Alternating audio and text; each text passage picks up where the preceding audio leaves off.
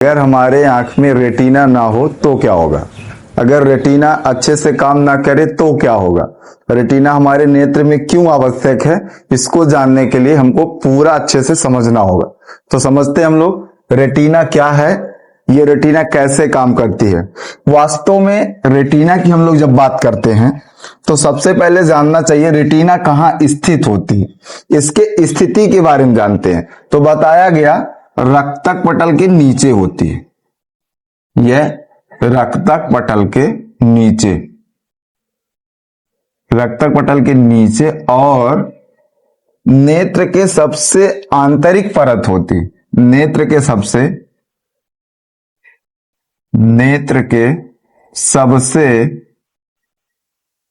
आंतरिक परत होती है, जिसको हम लोग भीतरी कह सकते हैं।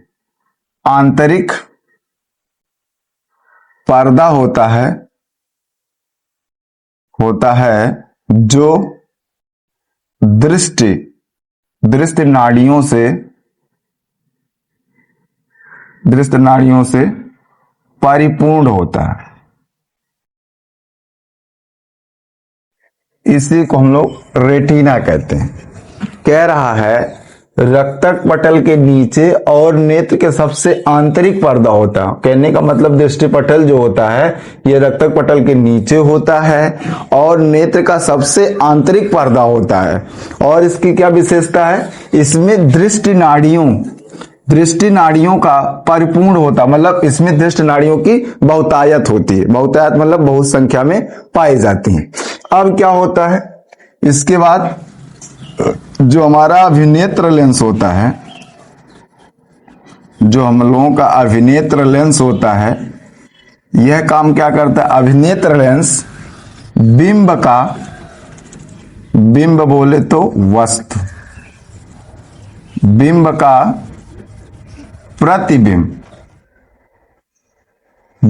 प्रतिबिंब वास्तविक उल्टा रेटिना पर बनाता है। रेटिना पर बनाता है। हम लोग जानते हैं जो रेटिना होती है यह प्रकाश के प्रति सुग्राही होती है। प्रकाश के प्रति सुग्राही होती है।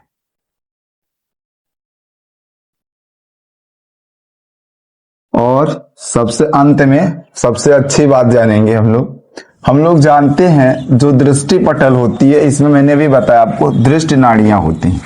और जब दृष्टि पटल पर प्रदीप्त होता है, प्रदीप्त मतलब उजाला होता है।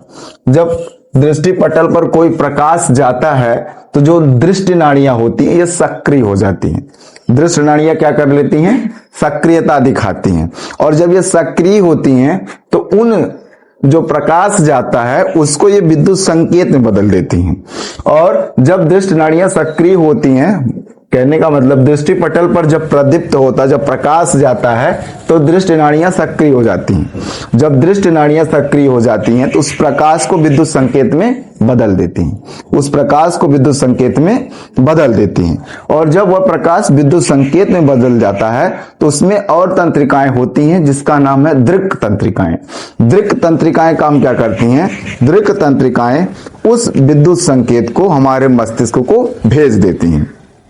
दृक् तंत्रिकाएं हमारे मस्तिष्क को सूचना, जो विद्युत संकेत होता है उसको भेज देती हैं। और मस्तिष्क क्या करता है? उस सूचना का पूरी व्याख्या करता है। व्याख्या करने के बाद वस्तु का प्रतिबिंब बना देता है। क्लियर हुआ? फिर से देखते हैं। कहने का मतलब यह प्रकाश के प्रति सुग्राही होती है। कह रहा जब प्रदीप्त होता है रेटिना पर, जब रेटिना पर प्रदीप्त होता है तब क्या होता है? जब रेटिना पर प्रदीप्त होता है तब दृष्टि नाड़ियां जो होती हैं, दृष्टि नाड़ियां सक्रिय हो जाती हैं। जिससे प्रकाश विद्युत संकेत में परिवर्तित हो जाता है। जिससे प्रकाश विद्युत संकेत में बदल जाता है, बदल जाता है। जब प्रकाश विद्युत संकेत में बदल जाता है तो इसमें होती है दृक् तंत्रिका। दृक् तंत्रिका होती है, नेत्र में दृक् तंत्रिका होती हैं। ये दृक् तंत्रिका क्या करती हैं? विद्युत संकेतों को मस्तिष्क को सिग्नल भेजते हैं। विद्युत संकेतों को मस्तिष्क तक भेज देती हैं। मस्तिष्क क्या करता है?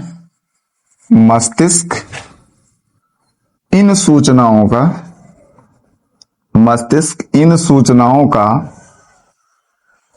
की व्याख्या करके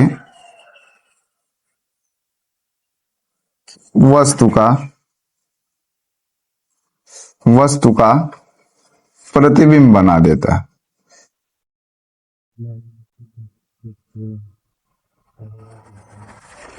इतना काम होता। सबसे पहले हमने देखा क्या, दृष्टि पटल क्या है, रेटिना कैसे काम करती है। हमने बताया ना, अगर रेटिना ना होती तो क्या होता।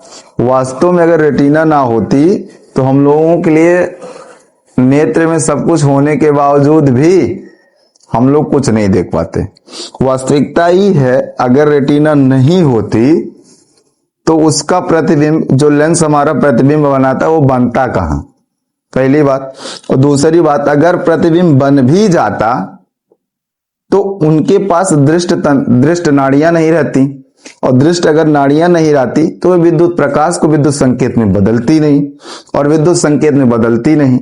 जब विद्युत संकेत में नहीं बदलता तो दृक् तंत्रिकाएं उस सूचना को मस्तिष्क को ले नहीं जाती, और जब मस्तिष्क सूचना नहीं पाता तो व्याख्या नहीं करता और वस्तु का प्रतिबिंब नहीं बनाता। अतः हमारे नेत्र के लिए अति आवश्यक रेटिना है।